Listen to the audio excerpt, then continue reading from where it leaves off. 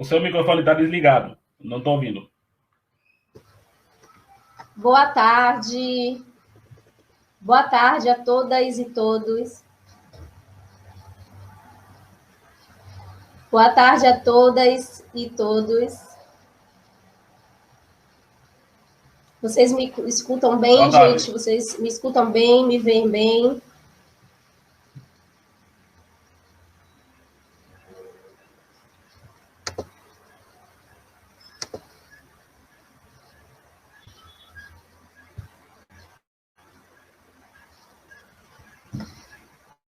Eu sou Nini Kembanayo, apresentar.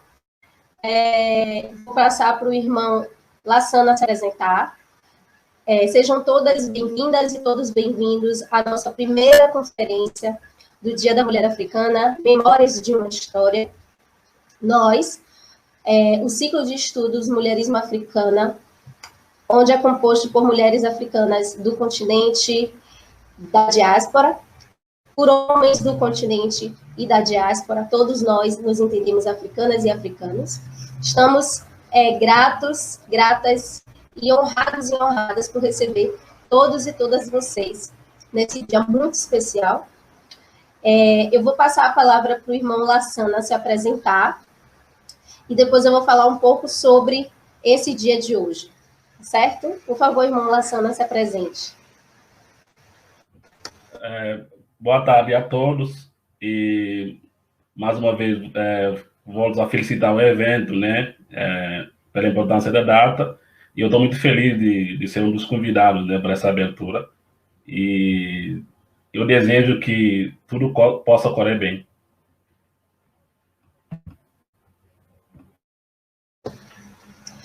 Então, gente, esse dia 31 de julho é um dia muito, muito especial para todos nós que nos entendemos africanos e africanas, que deixamos a África nascer dentro de nós.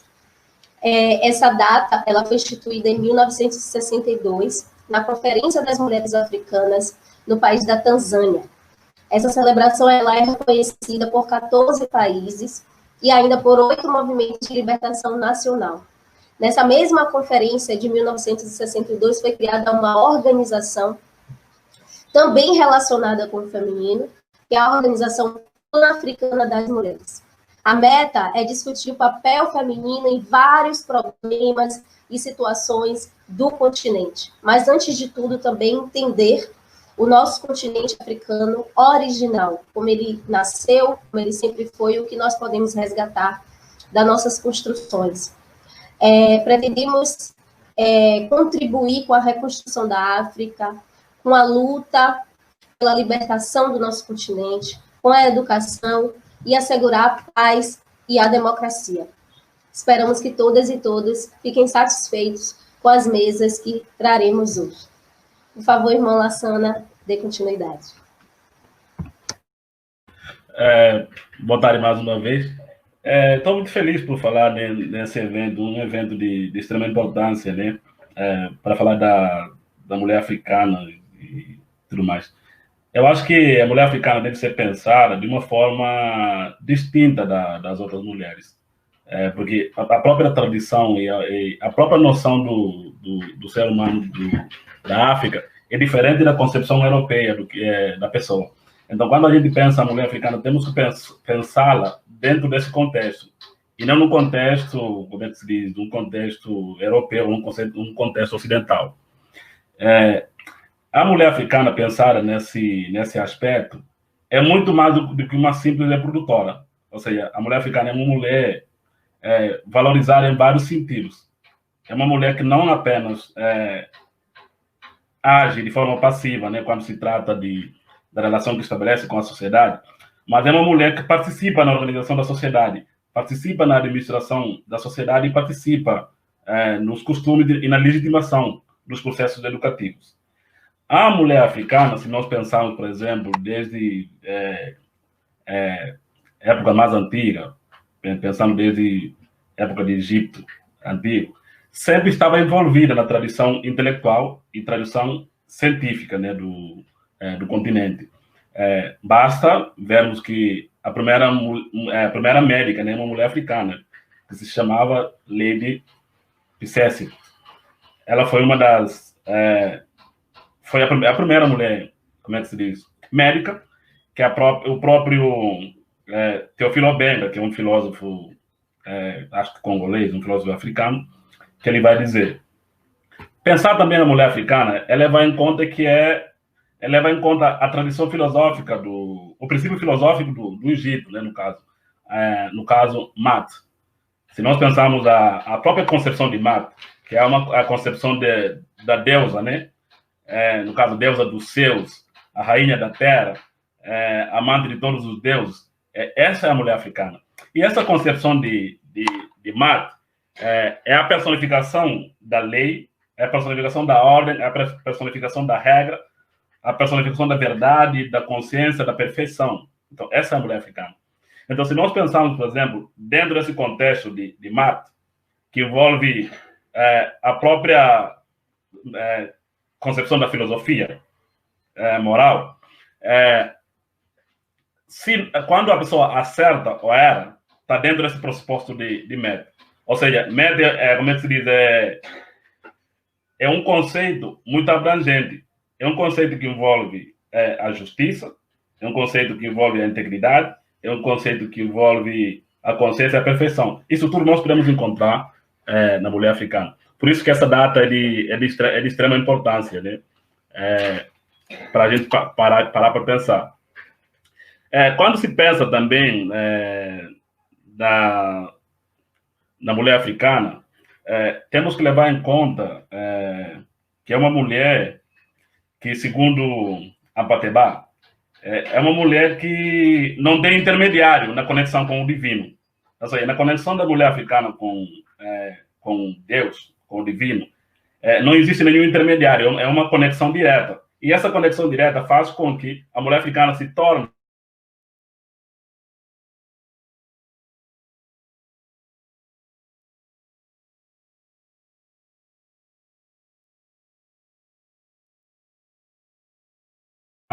isso é de extrema importância. E é muito mais.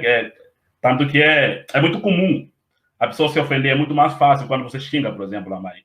Em todos os contextos africanos você pode ver isso. Então, existe essa concepção divina de que nós podemos chamar hoje da mulher africana. Segundo ainda dessa concepção da mulher africana, Ampateba vai dizer que nós devemos uma vez aos nossos pais e 2 vezes às nossas mães.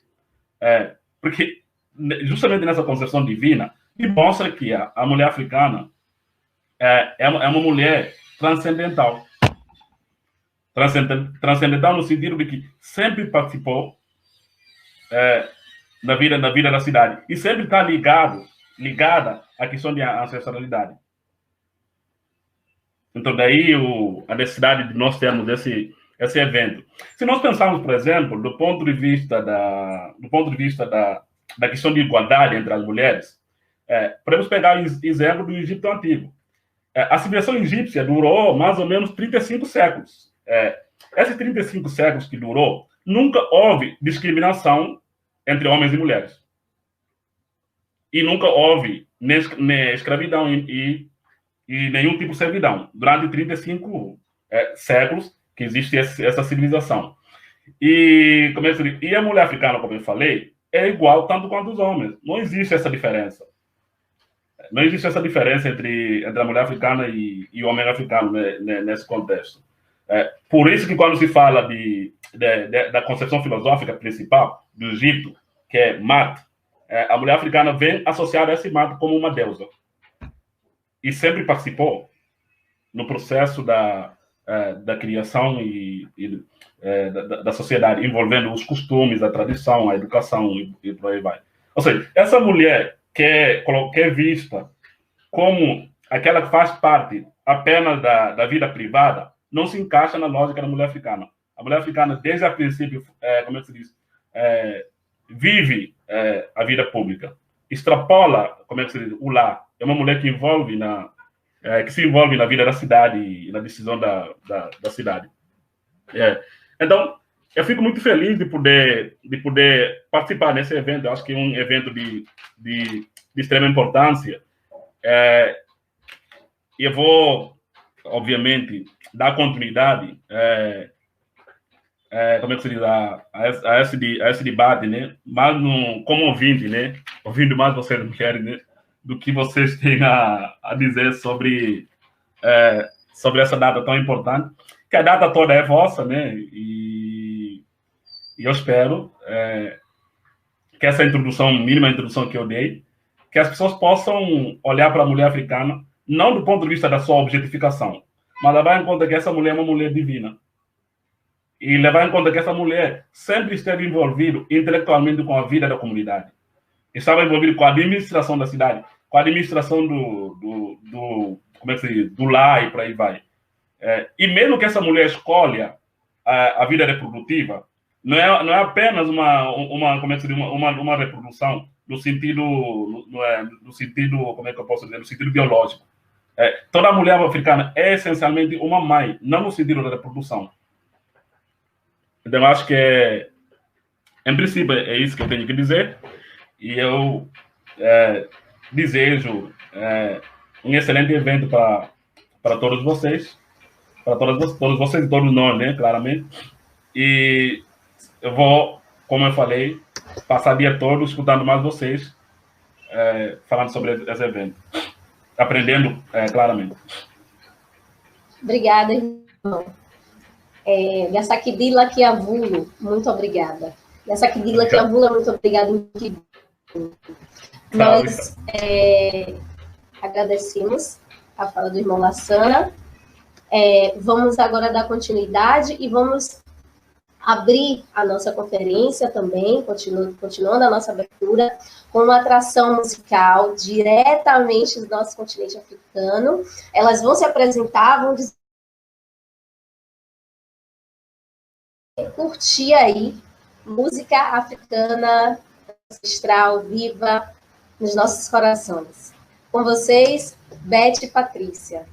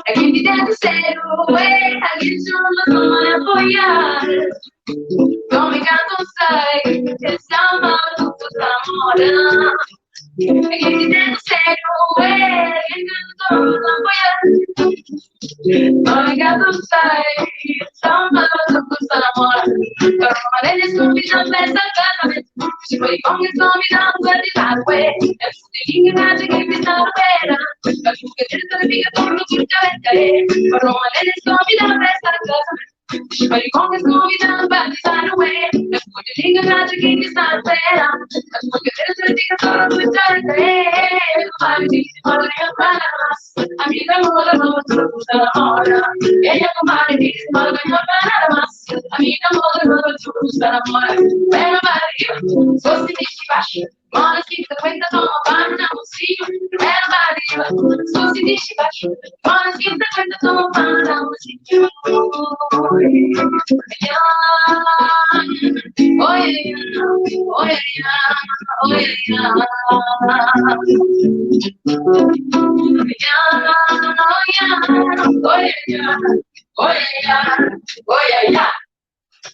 Obrigada a todos.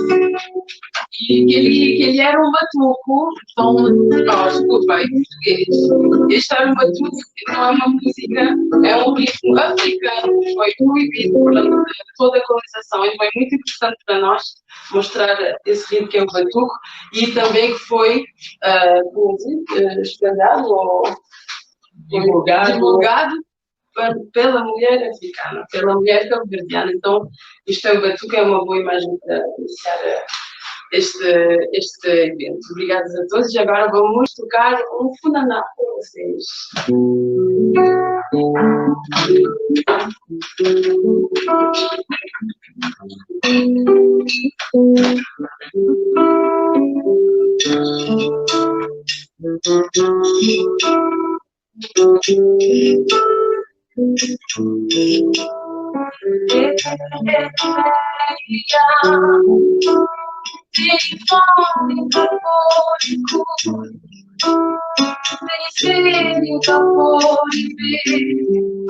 Senhor doutor, não poder dizer essa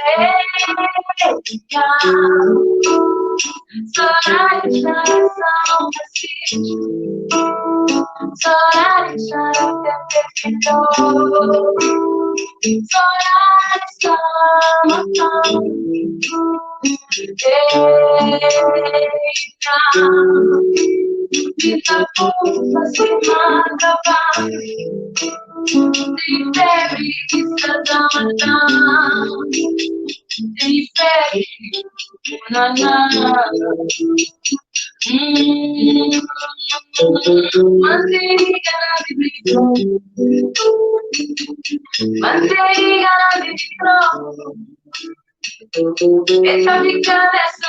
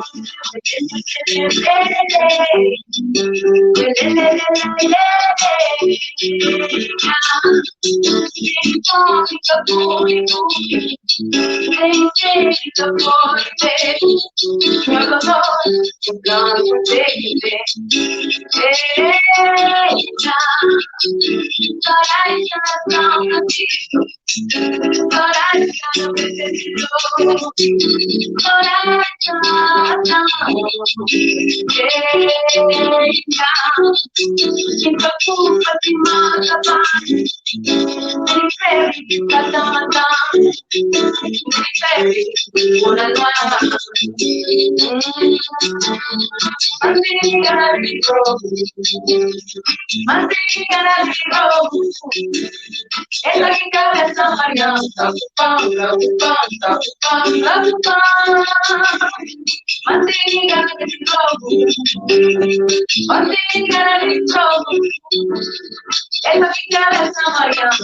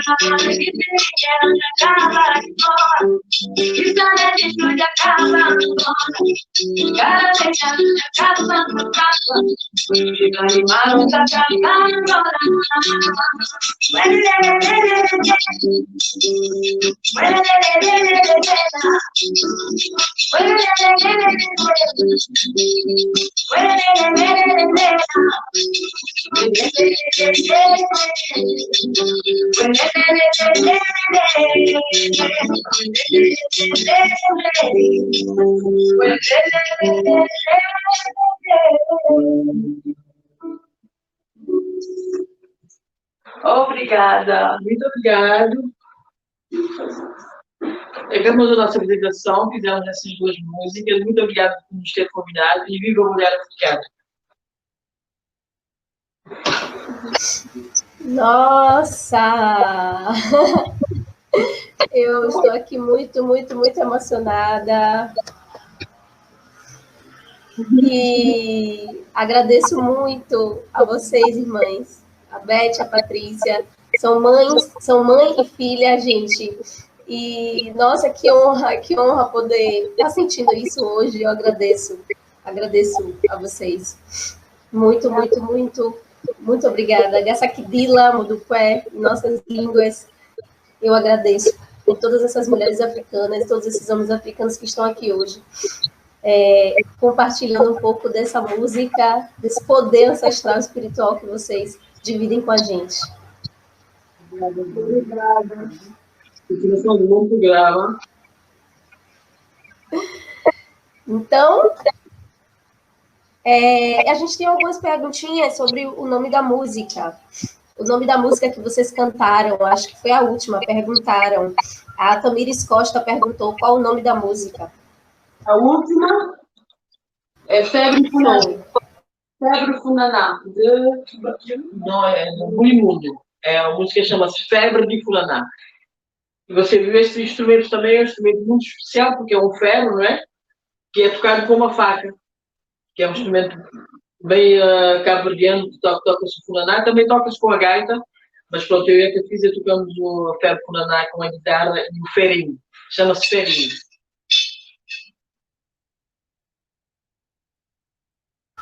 Muito bom, obrigada, irmãs. Então, espera, gente, eu estou mexendo nesse negócio aqui, mas... Acho que agora acertei. Perguntaram também qual o Instagram de vocês. Está aí na tela, gente, @Eli Soares, né? Vocês poderiam falar como é que pronuncia, por favor? No Instagram, Eli Soares. Mas a gente vai escrever depois aí no chat, tá bem? Vamos escrever no chat.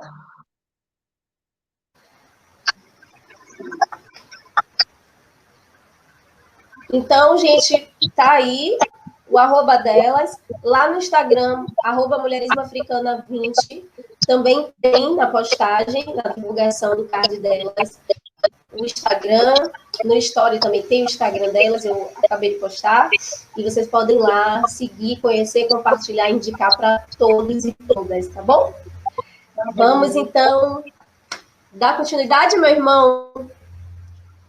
Sim. Beleza, hein? Sim, tá tudo ok aqui. Muito feliz, né, por ouvir essas duas mulheres incríveis, né? Eu já estou com saudade de Funaná. Espero que esse Covid passe logo, né, para que a gente possa voltar a dançar Funaná, que é uma dança maravilhosa, né? Demonstra como as mulheres africanas são extremamente criativas, né? Basta ver como Funaná é incrível, batuque, por aí vai.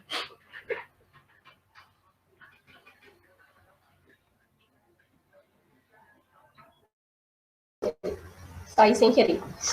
Então, a gente tem algumas perguntinhas aqui, meu irmão. Perguntaram se vai ficar gravado. Gente, vai ficar gravado automaticamente quando a gente terminar todo esse evento lindo, toda essa potência maravilhosa que a gente trouxe para vocês. Vai ficar gravadinho aqui no nosso canal, tá bom? Nós vamos organizar outros ao vivo para vocês, para a gente conhecer um pouco mais sobre a nossa ancestralidade. Então, vai ficar gravado, ok? Todo mundo que chegar aí depois pode dizer que vai ficar gravado. Por favor, dê um like pra gente, dê um legal para poder esse vídeo ficar aí no topo, para o YouTube indicar para outras pessoas assistirem, tá certo? E a gente poder espalhar essa conferência aí pelo mundo, tá bom? Então, eu já respondi qual era o Instagram das meninas, das irmãs, o nome da música elas já falaram. E se terá certificado. Catiane, em breve, nós vamos fazer isso aí, viu? Nossa intenção a gente está começando ainda, essa é a nossa primeira conferência, ainda não teremos certificado, mas o nosso destino, nossa vitória é o topo, tá bom? Vamos elaborar aí mais outras conferências, seminários, encontrões do Dia da Mulher Africana. Quando isso tudo passar, vamos estar juntas e juntos, tá certo? Ok? Irmão, eu vou, então, chamar a primeira mesa, tá certo? Tá, ok. Irmão Lassana, obrigada por estar comigo muito na obrigado abertura. E bom evento para todo mundo. Até a próxima. Obrigada, meu irmão. Obrigada. Então, gente, vamos lá, dar continuidade. Agora é a hora! Vocês estão preparadas? Estão preparados? Olha o coração, hein? Coração aí, a gente já aqueceu nosso coraçãozinho com essa música cabo-verdiana, duas mulheres africanas incríveis. E agora a gente vai se preparar para receber outra mulher africana incrível, tá? Fonoaudióloga de formação, uma mulher africana renascida na diáspora Salvador, Bahia, atualmente mora em Brasília, uma mulher autodidata do conhecimento do nosso povo, da história do nosso povo, uma educadora, eu posso dizer que essa mulher é uma educadora, é minha irmã, minha amiga, maravilhosa, aprendo muito demais com ela, e toda essa internet aprende com ela, agora é hora do YouTube, do Google, aprender muito demais com essa balanta. Venha, Aninha Urassi! Para nossa primeira mesa! Muito bem, a nossa primeira mesa, gente, vai falar sobre história do matriarcado. Nós precisamos agradecer, porque ela, com esse ori poderoso, botou o pé firme, nós vamos fazer essa conferência, e a gente disse, se a nossa irmã está dizendo que a gente vai fazer. Oi, gente, que honra, boa tarde, que honra estar aqui com vocês, né? Hoje é um dia que a gente preparou com muito carinho, né? Eu estou desde a semana passada, assim, preparando essa aula, que é uma coisa que eu sempre quis falar sobre, né? E às vezes em live somente, a live ela fica mais um bate-papo do que realmente talvez um estudo mais sistemático. Então a ideia hoje é fazer um pouquinho sobre isso, falando de matriarcado. Eu agradeço por estar aqui. Nini, cadê você que você sumiu?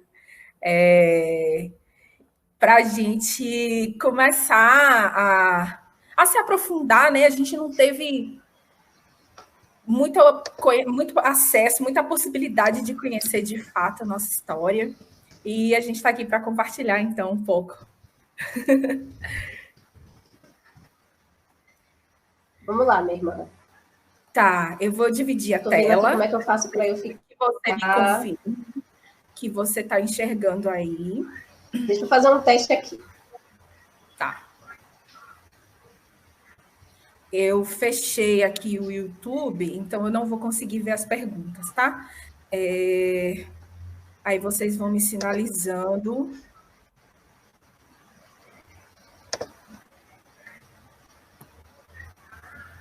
Certo. Ok. Thaís já está anotando as perguntas. Certo? Minha tela.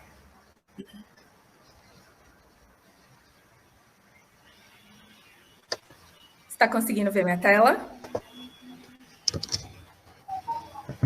Ainda não.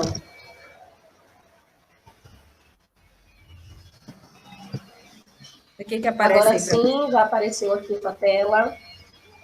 Tá? O que você está enxergando?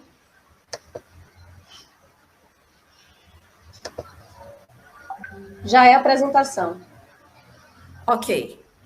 Então, posso começar? Não, agora saiu. Bota a Tá, apresentação de novo. Eu tenho que ver você, eu tenho que me ver. Estava na apresentação antes. Ok. Não, eu vou começar? botar a sua apresentação, vai ficar você e sua apresentação, certo? Certo. Tá bom, então. Será que vai dar para todo mundo ver? Não fica muito pequeno?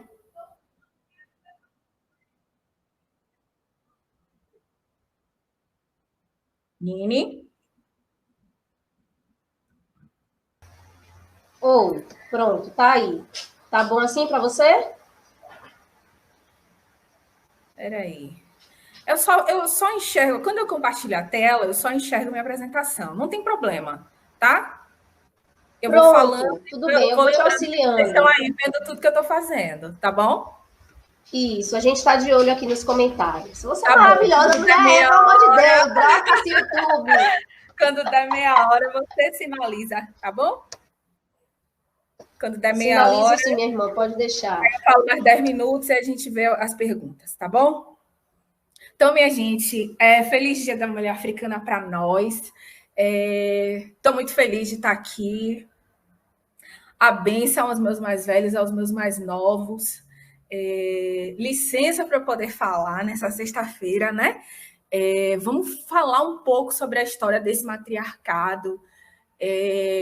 Vamos conhecer um pouco a nossa história.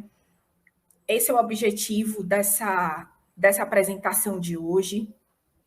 Bom, e como é que foi pensado, né? Como é que a gente organizou para a gente conhecer um pouco que matriarcado é esse, né? Que mulher africana é essa e o que nós podemos fazer inspirado nessas mulheres para a gente dar continuidade não só às nossas práticas políticas, mas à nossa vida, né?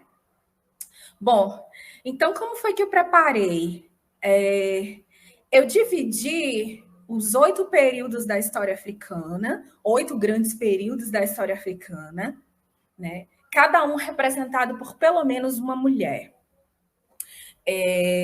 Essa divisão da história africana é proposta por Carlos Moore num livro chamado A África que Incomoda, né? E além de dividir a história africana em 8 períodos, ele fala da divisão do espaço africano em grandes 15 espaços civilizatórios, né? Quando a gente fala assim, vocês falam de África, quando a gente ouve, né? Vocês falam de África como se fosse uma África só. A África tem mais de 50 países, né? Então, essa ideia de países também é uma ideia muito recente, né? É uma ideia que veio do período colonial africano para cá, né? Nós não tínhamos países, nós tínhamos reinos, né? Estávamos organizados em reinos. E esses reinos, eles se organizavam em 15 grandes espaços civilizatórios. Tá aqui os nomes, depois eu posso disponibilizar a aula para quem quiser, mas hoje a gente não tem como falar dos 15, né? E eu não vou entrar em cada um dos 15, senão ficaria cansativo. Mas tudo que eu vou falar aqui, a gente vai abordar 8 de 15 espaços civilizatórios desse, né? Então eu vou toda hora citar um exemplo, trazer uma informação, e a gente vai tendo uma noção de que essa história, apesar das diferenças encontradas entre os vários povos, existe uma unidade cultural que faz com que, uma unidade cultural na diversidade, que faz com que esses povos, eles tenham algo em comum, né? Bom, então a gente vai fazer assim, cada período, então, é representado por pelo menos uma mulher, e aí a gente vai passando rapidamente pelos períodos da história africana, e a proposta é o que a gente aprende com cada mulher dessa, né? E, ao mesmo tempo, a gente vai repensando, ressignificando como a gente se construiu enquanto mulher aqui no Ocidente, né? E como a gente está organizando as nossas práticas políticas. Bom, então vamos lá. A gente começa a primeira fase. Minha irmã. Agô.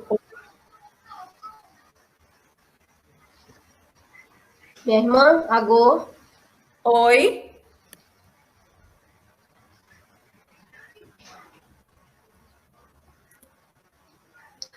A gente está com alguns comentários de que a tela está meio embaçada, certo? E aí a gente vai, eu vou pedir para você, não precisa tirar, pode continuar como você estava. Eu só vou te pedir que você vá lendo à medida que você puder, o que você puder ler para poder ficar bastante escuro e as pessoas poderem compreender, entender, porque algumas pessoas não estão enxergando, está meio embaçada a tela. Mas pode ser problema de transmissão, de conexão mesmo, ok? É só isso, mas pode continuar do jeito que você estava, pode botar sua tela. Na antiguidade pré-histórica, então, a gente começa, né, a primeira fase para falar de Dinky Nash. Né? Bom, a gente aprende com Richard King, num livro que ele fala, o livro chama A Origem Africana da Psiquiatria Biológica, que o modelo básico pelo qual a humanidade evoluiu é um modelo africano. Ser preto é a norma evolutiva dos seres humanos. E aí a gente vai ter como principal referência de localização aí o que hoje a gente chama de Etiópia, né? A gente estudando, a gente vê isso muito rapidamente na biologia, né? Quando a gente está lá na escola, mas a gente não tem essa dimensão de que a gente, né? De que é sobre o nosso povo que a gente está falando, né? Então, a gente aprende sobre Homo habilis, Homo erectus, Homo sapiens, que seria esse processo de evolução humana, uma evolução humana que segue, que é modelada no continente africano. Né? Bom, Dinky Nash, ela foi um fóssil Australopithecus, né? Ainda a gente não está falando de Homo sapiens ainda, né? A gente está falando de Australopithecus, um fóssil encontrado na região de Afar, na Etiópia, e que deram o nome de Lucy. Né? Eu falei um pouco sobre isso em um post. Né? Uma das coisas que os brancos fizeram foi renomear a gente. Né? E é importante a gente ter os nossos nomes de volta. Né? Então, Dinky Nash é um fóssil de uma mulher que revolucionou a história, o entendimento da evolução humana, né, no continente africano. Obviamente, na história da ciência, a gente vai encontrar aí cientistas europeus que ferrenhamente negavam que o ser humano surgiu na África. Né? E... Bom, essa é a região, então, quando a gente olha esse primeiro mapa, se vocês estão conseguindo enxergar direitinho, onde está essa parte vermelha, né? É o Vale do Rift, né? É um amplo espaço de achado arqueológico, né, de fósseis de seres humanos antigos. Essa região também é onde estão localizados os lagos, os grandes lagos africanos. E os egípcios antigos eram tão sábios e já sabiam, né, de que essa era a nossa origem, porque chamavam essa região de Taquinset, que significa placenta. Né? Então, essa é a placenta do ser humano. O Nascimento vai dizer que chegou-se a um consenso científico de que a antepassada comum à humanidade é uma mulher africana. Né? Bom, então, com Dinky Nash, nós aprendemos que nós somos a origem, né? E quando se fala de mulher, de poder feminino, né, a gente tem que se colocar muito à frente e com a cabeça muito alta. Eu fico um pouco cansada com talvez uma militância da depressão, de que a gente passa por um sofrimento eterno e, enfim, né? Ser a origem é muita coisa, né? Retomar esse lugar de origem, inclusive, é retomar um lugar de epa, eu sou a mais velha, eu sou a primeira, né? Você não vai diminuir, porque historicamente isso é impossível. Bom, e aí a gente passa para a segunda fase, a antiguidade remota, né? E eu trouxe as Vênus aurignacianas, né? Que são esses objetos artísticos que são encontrados, que foram encontrados em várias regiões do mundo que representam mulheres, né? Bom, então voltando, a gente saiu de Dick Nash, que eram Australopithecus, né? E aí a gente vai ver aqui o Homo sapiens. Então nós, povo preto, povo africano, nós surgimos há 200 mil anos, certo? Coloca aí no caderninho. Nós surgimos há 200 mil anos. O Homo sapiens amarelo, ou seja, os povos asiáticos, eles surgiram há 30 mil anos. E o povo branco surgiu há cerca de 10 mil anos, tá? É uma longa história, a gente pode discutir depois como é que esse homem branqueou, né? Como é que o homem branco surge, e esses números, eles vão variar aí de um autor para outro, né? Então, alguns vão dizer, não, o homem branco tem 20 mil anos, 30, né? Mas o fato é que a diferença entre o surgimento do ser humano africano para o ser humano branco é uma diferença aí de 180 a 190 mil anos, tá? É importante a gente saber disso, né? É importante a gente saber que povoamos o mundo, né? E que existe uma diferença em número de milhares de anos muito grande. Os faraós do Antigo Egito, eles diziam, né? Os brancos sempre serão as crianças da humanidade. Eles são os últimos, né? Nosso povo é velho. Nosso povo é o antigo. Então, é muita diferença. Aqui um mapa que traz um pouco da migração, né? Então, esse Homo sapiens preto sai da África, surge na África em 200 mil anos, onde está em vermelho, não sei se vocês estão conseguindo enxergar, é o Homo sapiens migrando, né? Então, ele migra primeiro para o Oriente Médio, depois Ásia, Oceania, vai para a Europa, e por último, chega às Américas, né? Então, essa migração humana é a migração do povo preto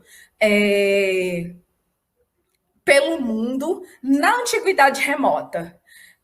E aí, nesse processo, então, eu vou ter o surgimento, o homem preto chega na Europa há cerca de 40 mil anos, há cerca de 50 mil anos, mais ou menos, 40, 50 mil anos, e esse ser humano preto que chegou na Europa, ele vai passar por um processo de branqueamento.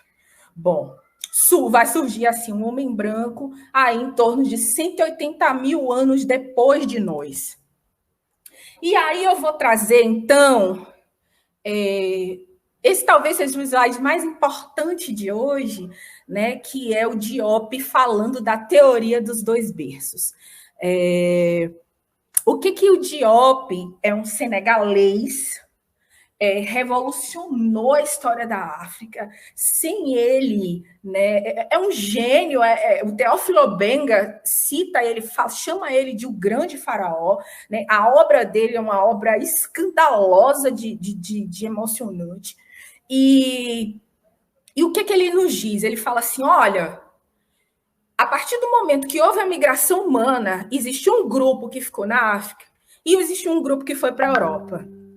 Esses povos, eles se desenvolveram em ambientes diferentes. Portanto, eles têm culturas diferentes.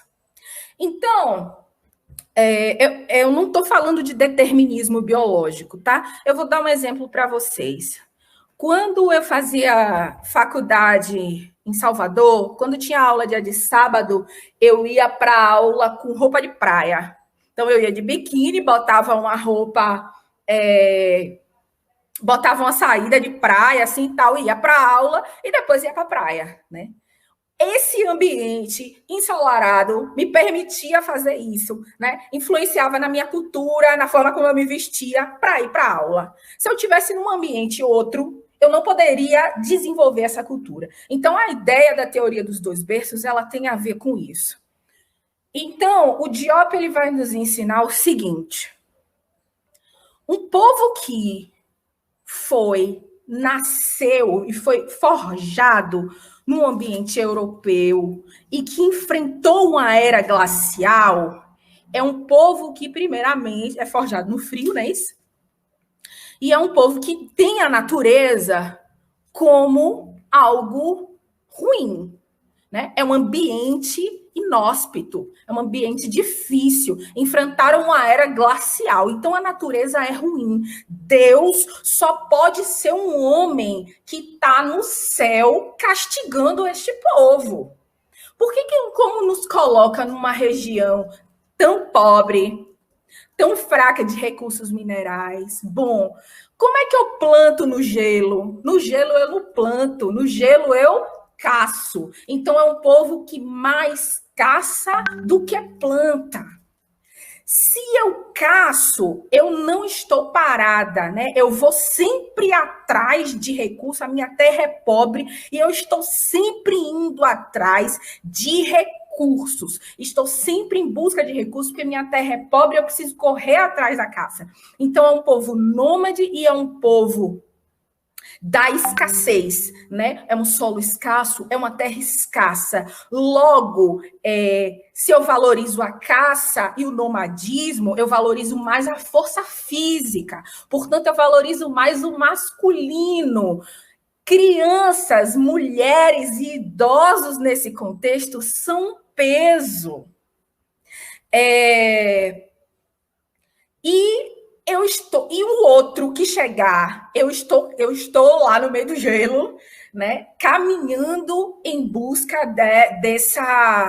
desse alimento, desse sustento e tal. O outro que eu encontrar é o meu inimigo, porque esse outro ele vai dividir os poucos recursos, disputar os poucos recursos que eu tenho comigo, né? Então, nesse berço do homem branco, né, é um berço patriarcal.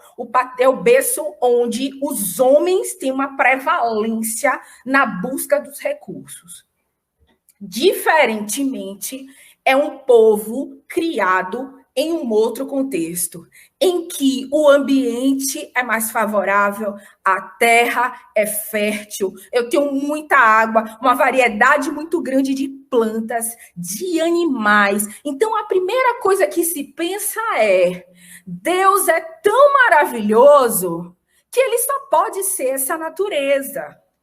Deus é tão maravilhoso que ele só pode estar nessa natureza. Então, esse rio caudaloso não é só um rio, é Oxum.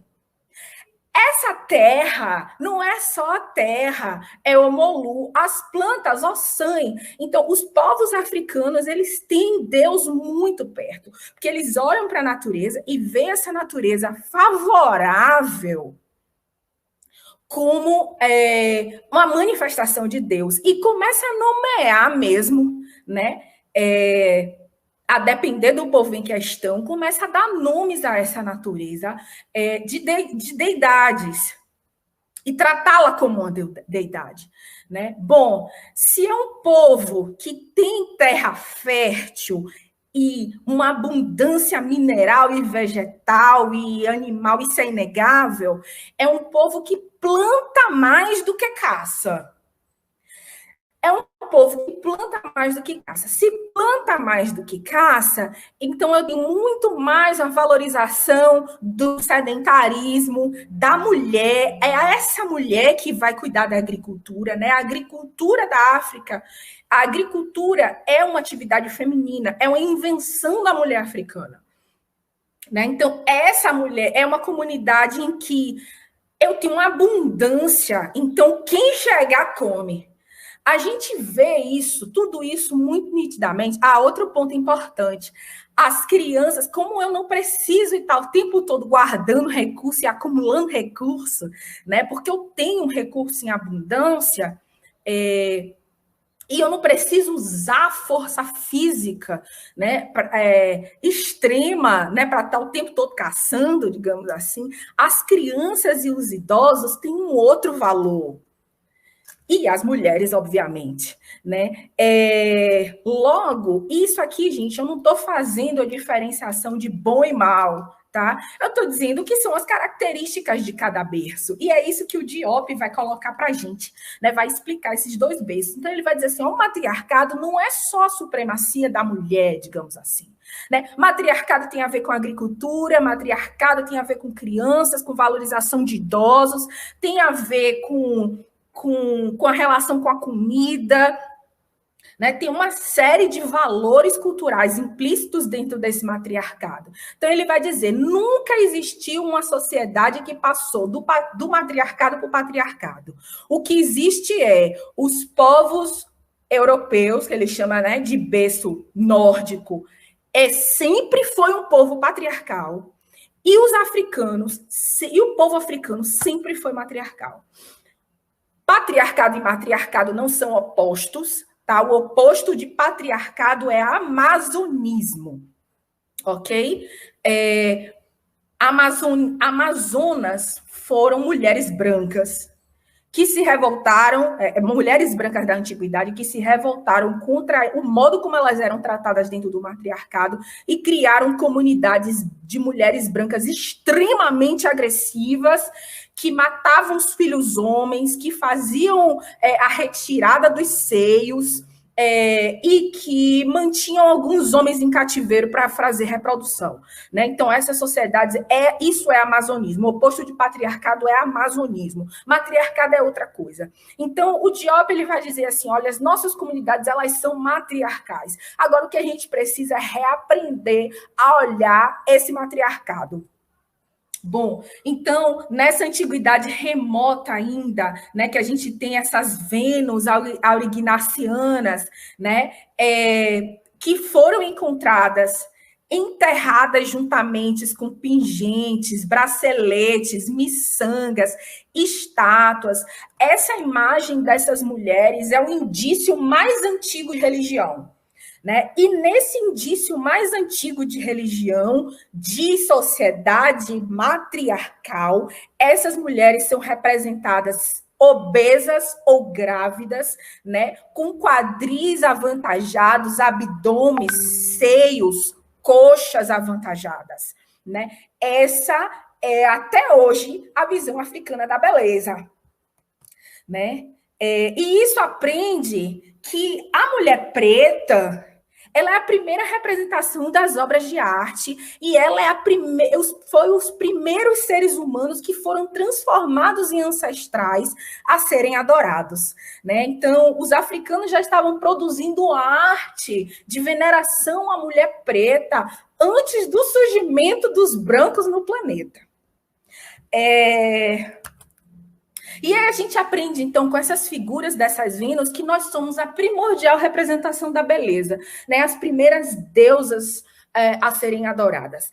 E aí, eu queria trazer essa imagem aqui, a pintura do Marcelo Jorge e uma foto do Antônio Venere, que representam Iemanjá, né? A representação africana da beleza feminina é de mulheres avantajadas, com quadris, é diferente da Grécia, que a Grécia passou do Ocidente, né? Que passou por fases. Tem hora que eles valorizam as magras, tem horas que eles valorizam as super magras. Então, a representação africana da beleza é uma representação da mulher com seios fartos, com barriga, com bunda. E aí a gente precisa se questionar se existe, se o nome e a gente fala isso, né? A gente fala assim das mulheres que sofrem gordofobia, né? Mas da mesma forma não é cabelo-crespofobia, não é nariz largofobia, não é pele pretafobia, né? A valorização do corpo esquelético magro, né? Ela é uma característica do berço branco, do berço europeu, né? Então, quando você tem a imposição de um padrão de beleza esquálido para mulheres pretas, não é só a imposição de um padrão de beleza, é uma imposição de valores civilizatórios amplos. Então, não é só uma opressão específica, gordofobia, não é só isso, né? É uma opressão muito maior, é de uma sociedade inteira contra a outra, é um choque civilizatório. Bom, aí a gente passa para a terceira fase, para a antiguidade próxima, e eu trouxe a figura mitológica de Mami Wata, a mulher serpente. Faz parte de um panteão de espíritos adorados na África, na diáspora, em tudo quanto é lugar da África. A adoração à serpente é uma adoração à ancestralidade feminina e ela está presente na África inteira. A serpente é vista como a origem de tudo. As mulheres pretas foram representadas durante muito tempo como a serpente. E essa serpente é uma piton, né? Essa serpente tem uma relação importante com os ciclos, né? Então, é aquela imagem da cobra que morde o próprio rabo, né? Tem uma relação importante com a lua, assim como a serpente que se enrola. A lua também é redonda. A lua que faz 28... que tem um ciclo de 28 dias, 28 dias à semelhança do ciclo menstrual feminino. Então, a gente tem ao longo da história, Kemet, Haiti, no Brasil, a adoração à serpente, né? Até na Índia, né? Isso chegou até na Índia. A Índia foi originalmente colonizada por pretos, né? A adoração à serpente como um exemplo, né, de unidade cultural africana. Cada povo vai chamar essa serpente de um nome. Então, na Índia é Kundalini, em Kemet vai ser Uraeus. Cada povo vai dar um nome, mas existe essa adoração à serpente. E é muito interessante a presença da serpente, dos homens, das mulheres, das crianças e dos animais em geral nos mitos humanos de origem do mundo, dos mitos africanos de origem no mundo. Não é à toa que o mito branco de origem do mundo, né, de que Eva foi enganada por quem? Pela serpente, né? A gente está falando de um choque civilizatório. Então, o que eles veem como ruim, como a representação do diabo, que é a serpente, a gente vê como coisa boa. A gente sempre viu como coisa boa. A gente adorou, né? A gente faz adoração a essa serpente.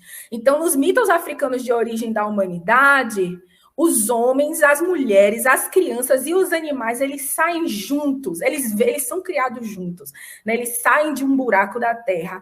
É muito diferente de você dizer que a mulher veio da costela de um homem. Né? Isso não faz parte da nossa civilização. E o que a gente aprende, então, com a figura de Mami Wata, né? Essa forte simbologia feminina na espiritualidade africana, desde sempre. A espiritualidade é um dos 18 princípios do mulherismo africano. Então, é muito contraditório, né? Eu me dizer uma mulherista africana que não valoriza a espiritualidade africana, né? que existe uma série de simbologias africanas que se repetem em todo o continente e se repete também na diáspora. A serpente, as cabaças, os panos, a terra, a água, o ovo, a lua, são sempre simbologias que se repetem, simbologias de culto, né? Existe um livro, esse livro não existe em português, chamado Quando Deus Era uma Mulher Negra e Por que Deixou de Ser, né? A gente entende, então, que esse choque civilizatório entre a Europa e a África, ele é também espiritual, né? Eles adoram o homem que está no céu, né? Nós adoramos mulheres da terra. Bom, a relação imensa da mulher africana com a agricultura, já comentei sobre isso, né? Comentei numa live recente que o seguinte, a gente aqui no Brasil, a gente tem uma retórica muito focada no que a gente sofreu na escravidão. Então, a gente olha para as brancas e diz, mas eu trabalhei para você na escravidão. Como é que você quer reivindicar trabalho, mas eu trabalhei para você durante a escravidão? Não, né? É outra coisa. É isso também, né? A gente trabalhou para elas durante a escravidão, mas é muito diferente a gente vir de um contexto civilizatório que a gente sempre trabalhou, que quem inventou a agricultura fomos nós, que quem fazia a gestão dos grãos da comunidade éramos nós, que quem ia para o mercado fazer venda de grãos excedentes éramos nós. Então, essa ideia de que estamos oprimidas, né, dentro de casa, sem poder trabalhar, isso não é nosso. Essa história não é nossa. Quarta fase, vamos para a Antiguidade Clássica. Aí a gente já começa a ter os grandes impérios africanos, né?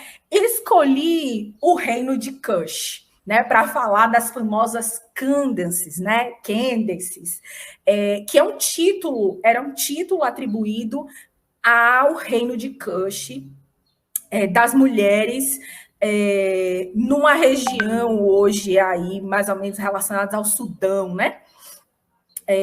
Foi um reino que contou, só nesse reino, que existiu do ano 1070 ao ano menos 350 a.C. Existiam 42 rainhas mulheres e 20 reis ao longo da história, só nesse reino. Elas tinham funções políticas, sociais, culturais, assumiram a totalidade do império, né? Então, aqui eu tenho uma representação das Candaces. Existem muitas irmãs que fazem referência a ela, né? Lélia Gonzalez faz referências a ela em alguns textos. A mais antiga é uma Candace chamada Shanadaket. A mais destacada, talvez, seja uma Candace chamada Amaniremas.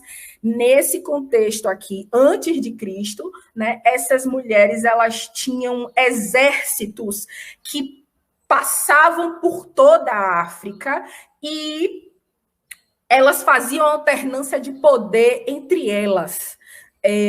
Adoravam uma deusa feminina chamada Sete. Os nomes de cada uma dessas Candaces, né, dessas líderes do reino de Kush, pode ser encontrado num livro chamado Dicionário da Antiguidade Africana, de Ney Lopes. Ney Lopes coloca lá o nome e o período que cada uma governou. Então, é muito triste a gente ouvir uma irmã preta dizer que a gente nunca teve poder político, né? Que a nossa história é uma história de opressão. Não é uma história de opressão. A gente tinha problemas? Tínhamos tantos problemas que olha onde a gente está hoje. Mas a gente não pode tomar uma história alheia ao nosso berço civilizatório como uma história nossa. Esses são imagens antigas do reino de Kush, né? Até hoje, olha que bonito, olha como é bonito, como são bonitas essas paredes, olha a riqueza disso, está em pé, está lá, né? Apesar de tudo, ainda tem partes em pé. Estão conseguindo ver, né, como é detalhado cada parede, cada bloco. E o que a gente aprende com as Candaces é que a gente tem uma história de ser governante, de ser rainha, de ser estrategista, de ser militar, de ser soldada, de ser guerreira. A gente tem essa história, né? Isso está dentro de nós. Isso não é uma novidade. Essa ideia de dizer que mulher pode ser o que quiser não é a novidade, a gente já sabia, né? O que a gente não pode é tratar como novidade. Né, tratar como uma invenção trazida por um movimento ocidental, ou que foi um movimento ocidental que trouxe isso para a gente. Não, pelo contrário, o que o Ocidente fez foi derrubar isso aí. O que o Ocidente fez foi sempre lutar contra isso aí. Né? A luta da Europa com a África é a luta do homem branco contra a mulher preta. É a luta do matriarcado, do patriarcado contra o matriarcado. Ainda na antiguidade clássica africana, você tem, além de Kush, né? É nessa antiguidade que está Kemet, é nessa antiguidade que está Aksum, que está Cartago, tá? Então é aí.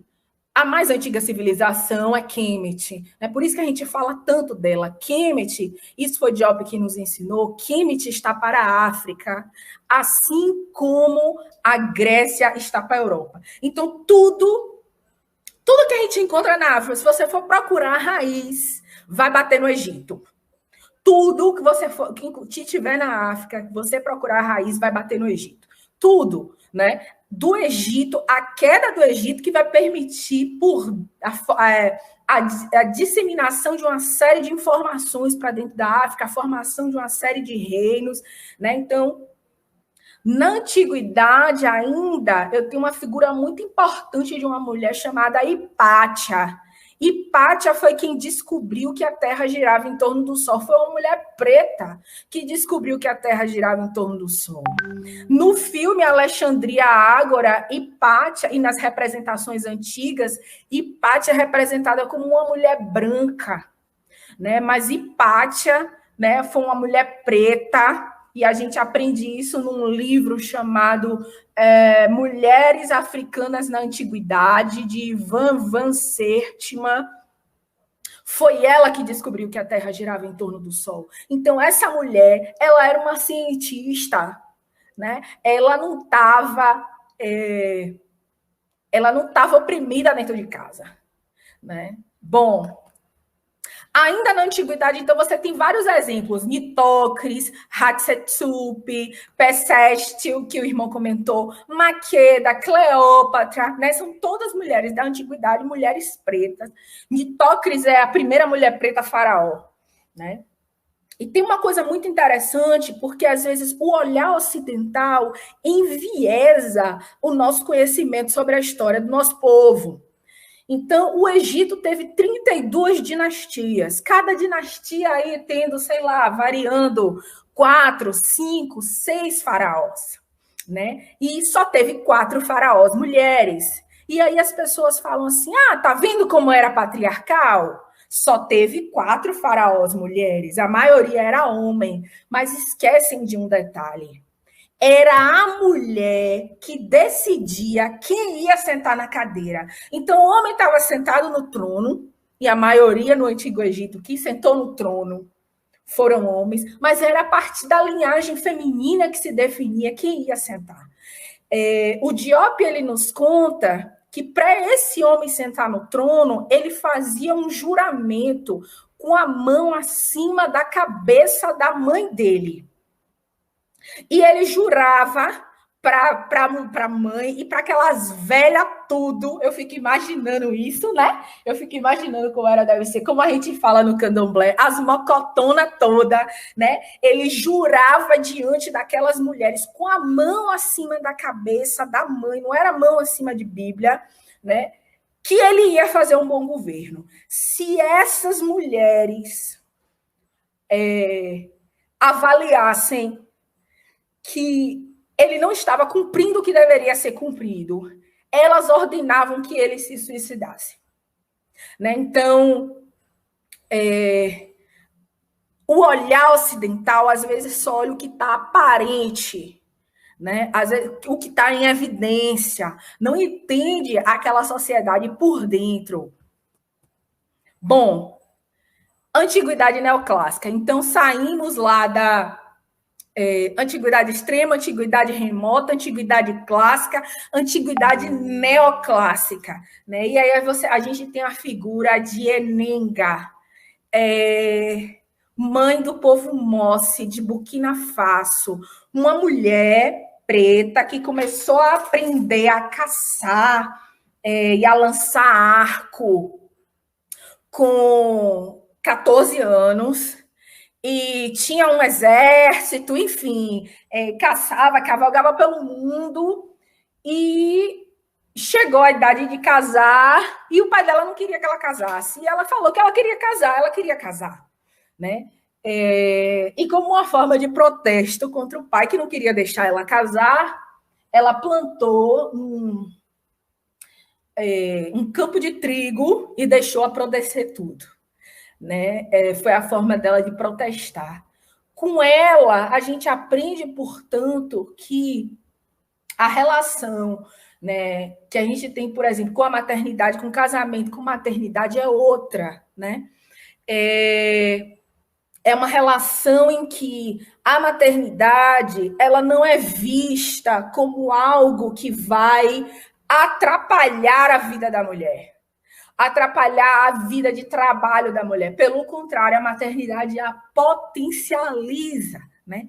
Há um provérbio africano que diz: a mulher é um ser tão poderoso que é a única que tem capacidade de carregar dentro de si um espírito que não nasceu para esse mundo. Né? São as únicas que sentem um espírito que não nasceu. É por isso que o irmão Lassana, na abertura, falou, né, que a mulher preta ela nunca precisou de intermediário para lidar com o mundo dos espíritos. Ela é o único ser capaz de carregar um espírito que ainda não nasceu para esse mundo. Então, a relação que a gente tem com a maternidade, de trazer... de que a maternidade é trazer ancestrais de volta ao mundo, de que a maternidade potencializa os nossos sentidos, potencializa a nossa espiritualidade, a nossa produtividade, né? Potencializa o nosso corpo. Essa é a nossa visão tradicional. Né? Ao contrário da visão nórdica, da visão europeia de que a criança ela é um peso, né? De que a criança... Então, quando eu vejo coisas, por exemplo, como child free, eu falo assim, não, mas só pode ter nascido mesmo do berço civilizatório deles. Está coerente com o berço civilizatório deles. O que a gente não pode é tomar isso como verdade para o nosso mundo. Né? É dizer que esse valor nos beneficia, ou que esse valor é nosso. Bom... E aí, nessa antiguidade neoclássica, além de Eneda, de Burkina Faso, é nessa antiguidade neoclássica que eu tenho o reino de Gana, o Império Mali. Estou falando aqui só para sinalizar, né? Para a gente entender o que é que veio antes e o que é que veio depois também. Às vezes a gente está falando de, sei lá, de uma civilização lá da antiguidade. A gente está falando de algo contemporâneo e alguém pergunta, mas e... Aí cita o período ressurgente. Né? Então, assim, para a gente se localizar também o que é que veio antes e o que é que veio depois. Nos falta um pouco disso nos nossos estudos, né? Quando a gente se reverencia qual a civilização a gente está falando, em que momento, né? Qual influenciou quem, né? Bom, aí chegamos no período ressurgente, sexto, só falta o sexto, sétimo e oitavo, né? Sexto é o período ressurgente da história africana. E aí eu trouxe 4 mulheres. Nani, Mizinga, Dandara e Kimpavita. Coloquei esse asterisco para lembrar o seguinte, é aqui, no período ressurgente da história africana, que a Europa começa a atacar a África e a gente começa a ser trazido para cá, para o Brasil. tá? É no período ressurgente da história africana que a Europa começa a atacar a África e a gente começa a ser escravizado para o Brasil.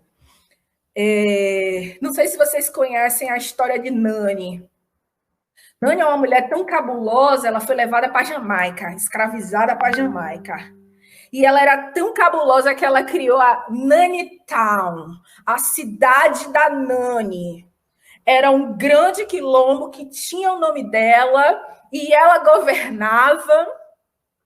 E junto com seu marido, filha, era uma sacerdotisa também, né? Cultuadora da nossa espiritualidade tradicional, né? É desse contexto que a gente começa, no período ressurgente da história africana, que a gente começa a cair, né? Então, e ser trazido, né, para cá, para o Brasil. Então, eu não sei se vocês conseguem ver a seta, ou se é muito pequeno, nessa região aqui, que hoje é Congo e Angola, é de onde veio os primeiros e a maioria do povo que hoje está no Brasil, tá? Então, a gente não veio de país, a gente veio do reino do Congo, Nidongo, Lunda, Luba, reino de Matamba, Europa, e aí principalmente Portugal, derrubam esses reinos. É importante a gente falar isso, a gente estava construindo civilização, muitos de nós têm uma visão de que a gente estava todo mundo nu na África, e não tem problema estar nu, e a gente tinha povos de diferentes complexidades, digamos assim, mas eu estou falando de uma região Congo-Angola que no século 12 tinha prédios de 5 andares. É disso que eu estou falando, né? Então é isso aí que a Europa vai derrubar e a gente começa a ser trazido para cá, dessa região Congo-Angola. Então 80% de nós que estamos no Brasil hoje viemos desse meinho aqui da África. 80% de nós, homens e mulheres, né? Outro, também não sei se dá para ver aí, balançando a setinha aqui. Outro ponto importante é essa região aqui da África Ocidental, onde estão os impérios Iorubá e do Benin, né? Daomé. Então, primeiros a serem derrubados e são os reinos bantus, né, de Congo e Angola. Então, os primeiros africanos que chegam aqui e formam quilombos vieram de Congo e Angola, os primeiros e a maioria, e por último vão sendo trazidos os povos Iorubá e Fon. Então, quando a gente está no terreiro cantando Ileifé, Queto, Oxobô, a gente está falando dessa região aqui, da África Ocidental, né, da Iurubalândia, né, e o Reino do Benin. O que a gente vai fazer, minha gente, quando a gente... Deixa eu passar aqui. Tem uma parte importante também vinda escravizada de uma região que hoje é chamada de Moçambique, né, mais ou menos Moçambique. Então, o que a gente vai fazer quando chegar aqui é dar continuidade, muitos de nós, e essa é a nossa luta, às tradições do nosso povo lá da África. A gente não está aqui porque quis, a gente não veio para cá receber nacionalidade, a gente não veio para cá para ser bem tratada, a gente sabe disso, né? Então, o que a gente consegue construir aqui na diáspora tem origem, tem lugar. É muito importante a gente se lembrar disso, né? É muito importante porque os brancos eles fazem um negócio assim e a gente acaba caindo, tipo cultura popular, cultura folclórica, não, isso é cultura africana, né? Isso é cultura africana. E se você rastrear, você chega em que lugar da África é aquela cultura, né? Então, Umbanda, Candomblé de Angola, é Reino Congo, Reino do Nidongo, é essa região, né? Quando a gente fala em Candomblé Queto, culto de orixá, atual Benin, Togo e Nigéria, né? Então, assim, a gente tem como olhar para trás e saber, e enxergar como essas mulheres eram tratadas, né? Em que lugar tinham essas mulheres dentro dessa sociedade. Então, quando a gente olha as culturas africanas que se encontram no Brasil e a gente olha o lugar da mulher nessas culturas africanas no Brasil, elas derivam, e elas só podem derivar de uma cultura que tinha o lugar da mulher semelhante. Então, eu trouxe aqui as fotos de Mãe Olga de Alaqueto e de Lia de Itamaracá. Quando eu olho para elas, eu falo assim, gente, olha, mas quem não está vendo que são duas rainhas africanas, né? Quem não está vendo a brasilidade é muito pouco para nós. Né? Oi, irmã. Oi? Já deu meia hora? Agora, irmã, só para sinalizar o seu tempo, nós temos algumas perguntas. Tá. Temos 5 minutos para finalizar a mesa, de fato. Meu Deus! Misericórdia! Tá.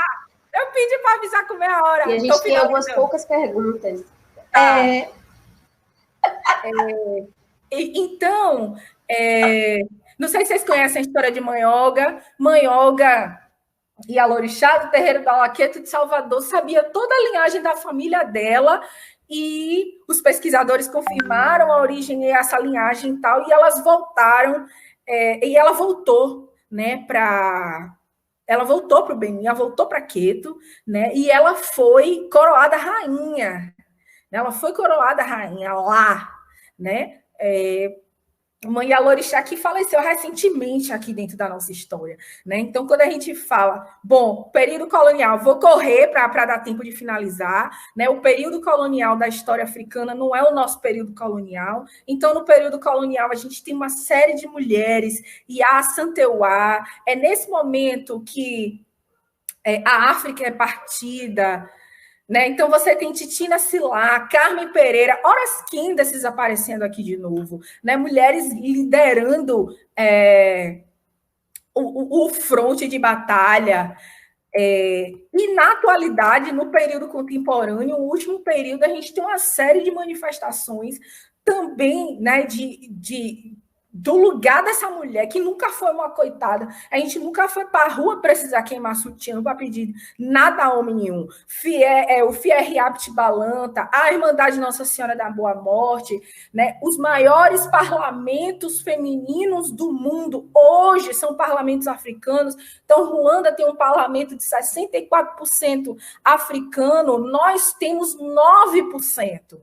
Né? Se você olha, os parlamentos mais femininos no mundo são parlamentos africanos, e até hoje a gente tem N exemplos, o Winnie Mandela, que faleceu recentemente, Maiana de Xangô, Ama Mazama, mulheres que são líderes em suas comunidades. E por que é tão importante a gente saber e se aprofundar nessa história e na diferenciação entre os dois berços civilizatórios, principalmente?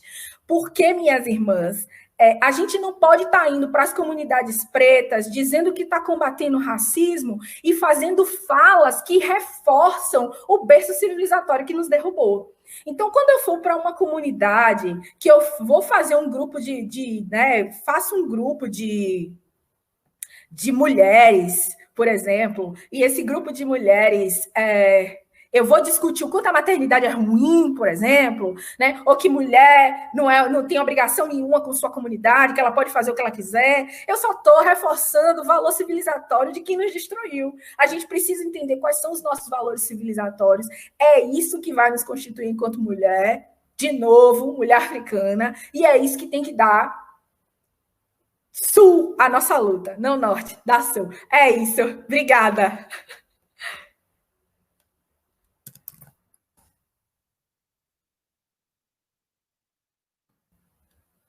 Oi, Nini? Ufa! Ufa! Oi, olha eu aqui.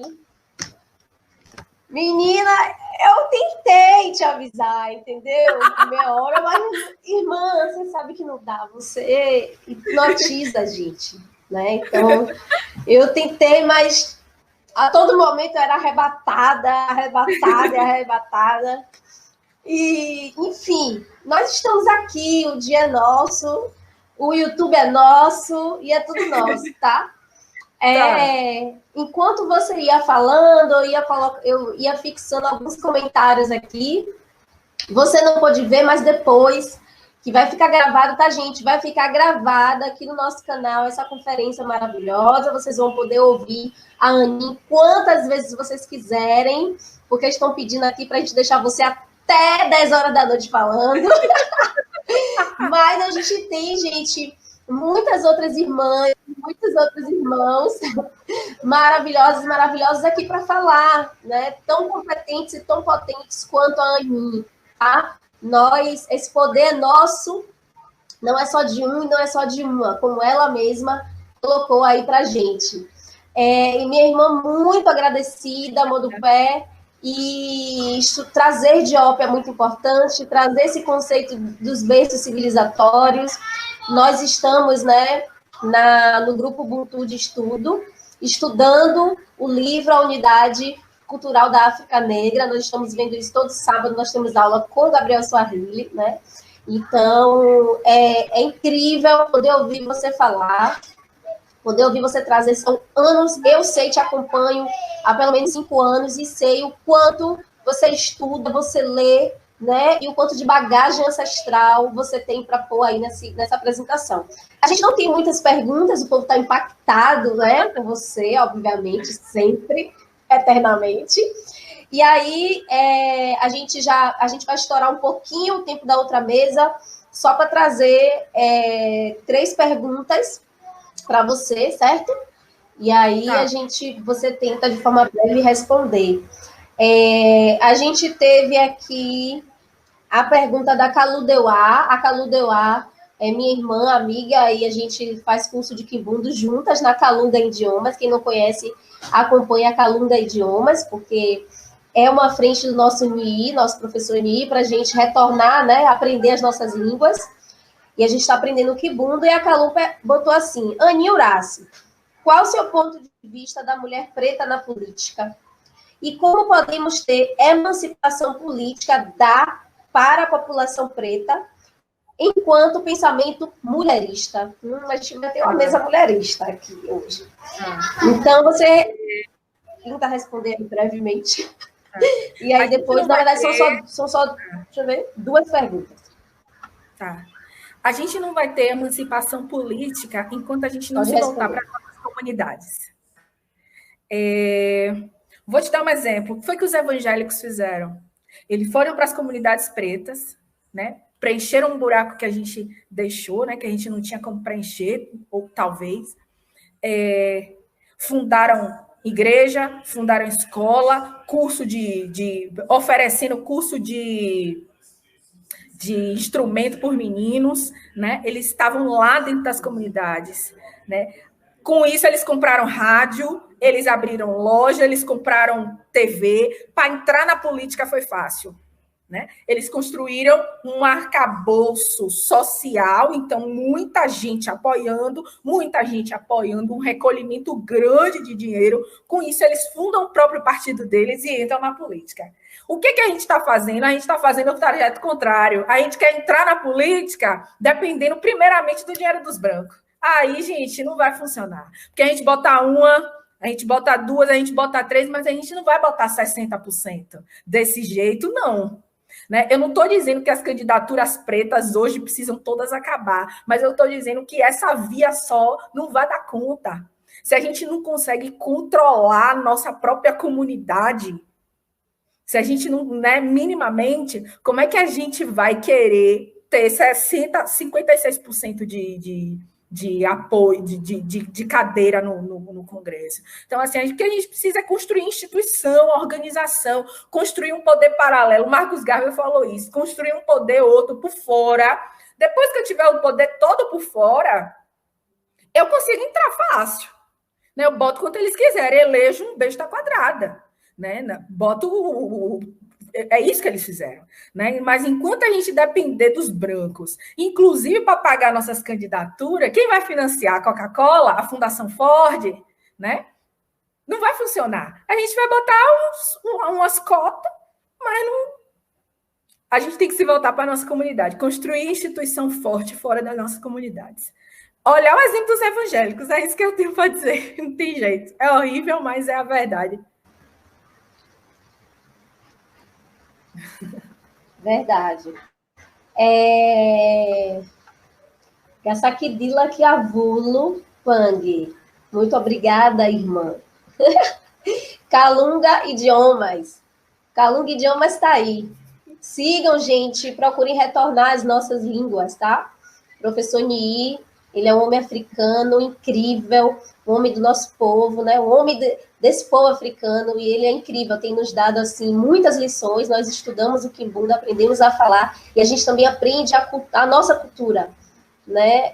Mais da região de Angola, a gente tem aprendido, ele traz para a gente nas aulas de Kimbundu muita cultura africana da região de Angola, né? Calunga, idiomas e experiências. Tá aí comentando com a gente também aqui, firme e forte. A Camila Carneiro, ela pediu, irmã, que você falasse um pouco mais sobre a simbologia das cabaças. Nós vamos conversar aqui um pouco ainda, estamos aguardando o nosso convidado da mesa 2, tá? Estamos aguardando ele chegar, então a gente vai, deixa eu ver, acho que ele chegou aqui. Ele já chegou aqui, então vamos responder essa pergunta, tá? Falar um pouco sobre a simbologia das cabaças, e aí depois eu encerro a nossa mesa e passo para a mesa 2, ok? Tá.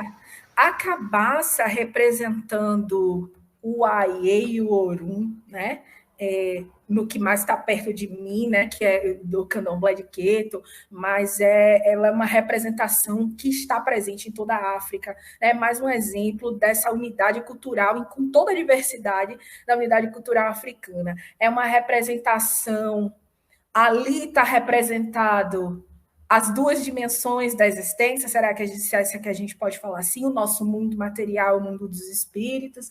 Ali está representado, né, o ventre que carrega um filho, né? Ali está representado a união masculina e feminina, e eu já quero logo dar uma bronca, porque quando a gente pega uma cabaça dessa, como eu já vi, e coloca um símbolo feminista, a gente está dizendo que essa cabaça não é boa o suficiente, que eu tenho que colocar a Europa nela. Está errado. Tá? A gente tem história milenar. Tá? A gente não precisa... A gente não precisa disso. E são essas coisas que a gente precisa ter muito cuidado, porque senão a gente vai estar reforçando os símbolos e os valores culturais de quem tradicionalmente quis destruir nosso povo. É isso, queria falar mais, mas não dá. Gente, vou acompanhar. Beijo, foi ótimo. Adorei. A gente sabe como beijo, minha irmã. Essa aqui de Ila, minha irmã.